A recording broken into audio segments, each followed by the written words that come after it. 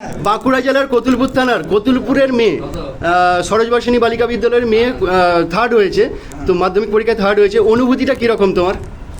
খুবই খুশি, খুবই গর্বিত হয়েছি যে কতুলপুরের নামকে এতজনের সামনে তুলে ধরতে পেরেছি, আমার বিদ্যালয়ের নামকে এতজনের সামনে তুলে ধরতে পেরেছি। মা বাবা, শিক্ষক শিক্ষিকাদের, স্কুল টিচার, প্রাইভেট টিউটরদের আশা পূরণ করতে পেরেছি। খুবই গর্বিত। কতক্ষণ পড়াশোনা করতে?